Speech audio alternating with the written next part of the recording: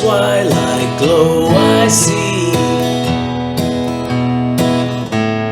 blue eyes crying in the rain. When we kiss goodbye and parted, I knew we'd never meet again. Love is like a dying ember, only memories remain, and through the ages I'll remember blue eyes crying in the rain.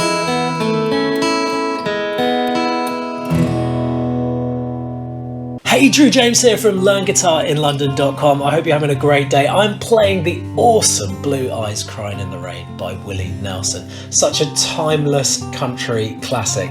And for guitarists, especially if you've been learning that little bit longer, the movement of the bass notes that happens in this and the little bass runs are such fun to play on guitar. Even if you're not going to sing it, it sounds great just the guitar by itself.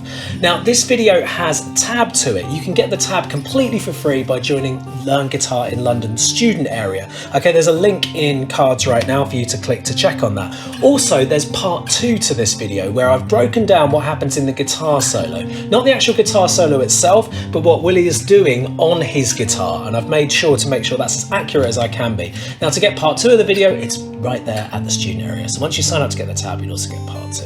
Okay, let's have a close up on the hands and start learning how to play it. So let's look at the intro of this tune.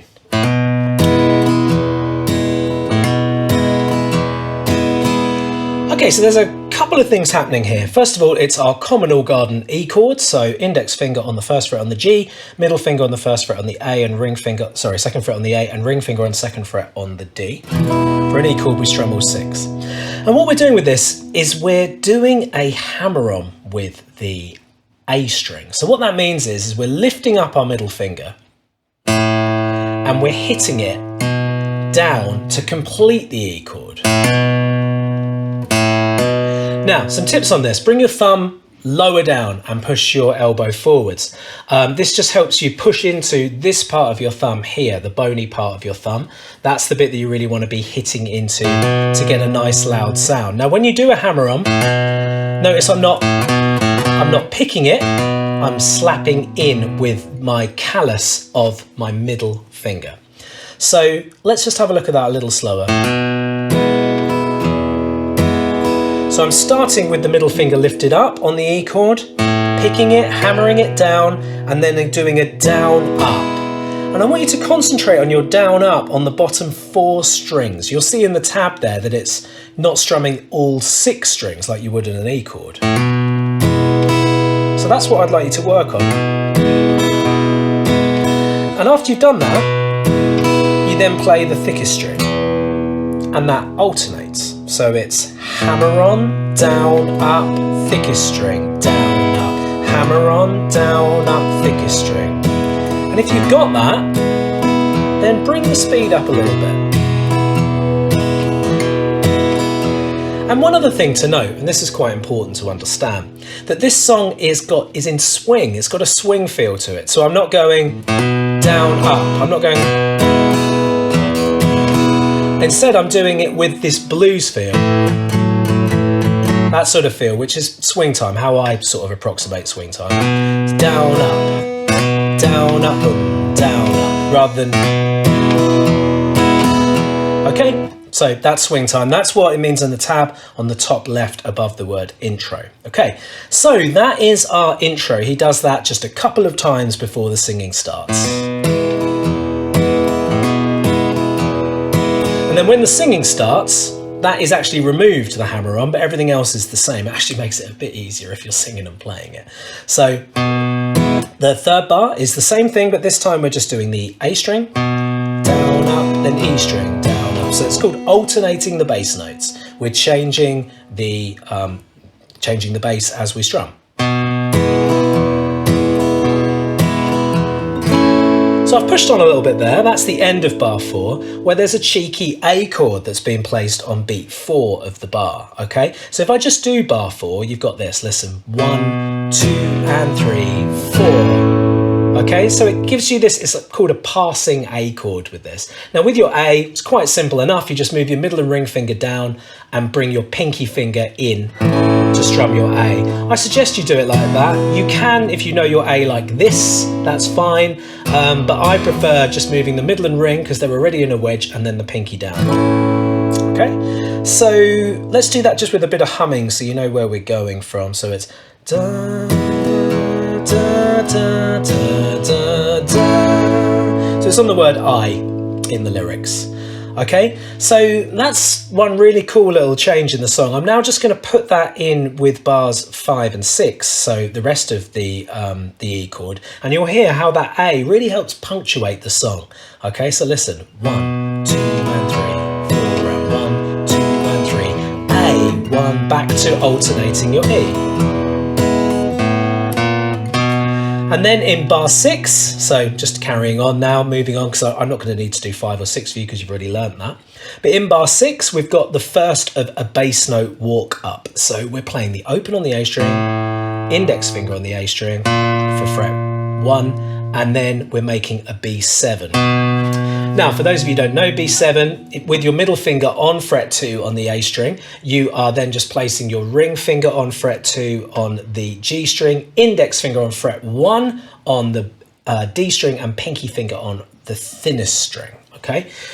So this gives you your B7, and you're going to have to focus practice doing this walk into B7, but do bear in mind, middle finger is already there for the B7. Don't put this down and then lift everything up and have to put it all down again.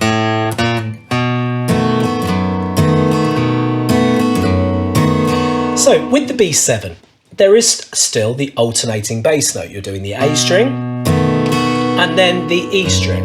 Now notice how my middle finger is moving up to hold down fret 2 on the thickest string. So I'm moving this middle finger, just a small, tiny economy of motion movement. We don't need to take it off and lift it all the way. We're just taking a tiny little journey from the A string to the E string, okay? And that gives us this alternating, it's the notes of B and F sharp, which sounds really nice on a B7. So I'll do it slowly. So it's A string, move middle finger, A string. And once again, strumming just the bottom 4 strings if you can with your strum. It doesn't matter if you hit everything really, but if you want to really refine it a touch, just hit the bottom 4 strings. So good plectrum control this, right? It's really, really helpful for your right hands and controlling your right hands.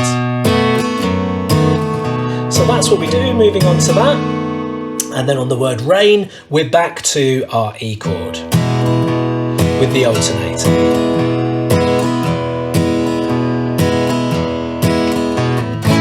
And with that A again. So basically what's going to happen now is everything's going to go round in a circle. So what I'm going to do is I'm going to play it a little bit slower for you from the beginning of the tune. Okay, I'm going to do a bit of humming for you so you can just place it all together around the song. Here we go, after 4, 3, 4.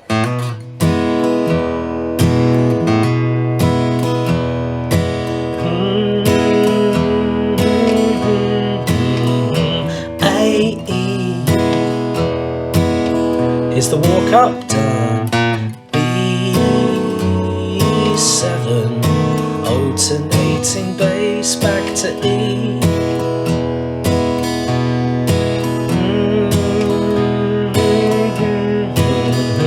A, E. So this is it going round in a circle. Now the bass B7 to E. Okay, and then we've got that walk, which I'll take you through in just a moment. So when we do the B7s, we return to E for, this would be like the 3rd time round if we were doing a repeat of the pattern, but we're just doing 1 bar of the E. Thickest string, down, up, A string, down, up. And then we've got this bass line walk, which is such fun, moving into the chorus. Now the bass line walk is this, it's thickest string, on the thickest string, open, then 1st fret, then 2nd fret, then 4th fret. Now I really recommend that you use these fingers. It's a really good workout for the fingers, and if you can, try to keep your fingers stretched out. And if also possible, you keep them all down. So you're open, keep index down, keep middle down, keep pinky down. For those of you that haven't been playing as long, you might need to release like this, but for those who've been playing a bit longer, try to keep them all down. It's a really good stretch exercise. And we're just doing that on every beat of the bar. 1, 2, 3, 4. And then this is into the Love Is Like a Dying Ember. So let's look at that. It's an A chord. This time we're going to stay with the A chord a bit longer. A, E, A, E. Now, when I'm saying E, what I'm talking about there is the bass notes, okay? So the A string, down, up, E string, A string, E string, A string, E string, okay? So with the vocal, A, yes, A, A. Then we've got another bass line walk down on 22, which goes like this. Okay, so it's open A string, which we're holding for a count of 2. So we're going 1, 2, then 4th fret on the thickest string, 2nd fret, using pinky and middle. 1, 2, 3, 4.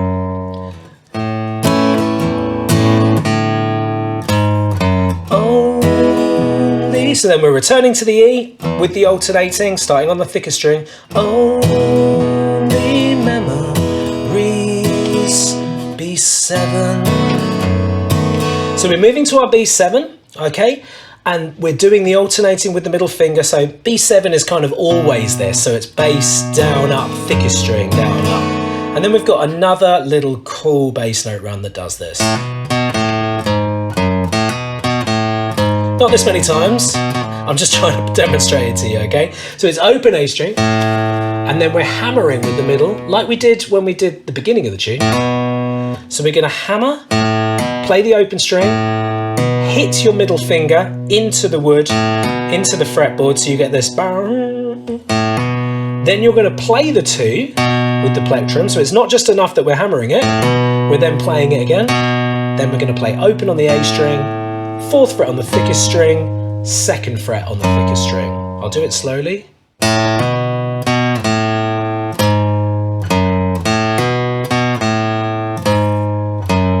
Okay, good.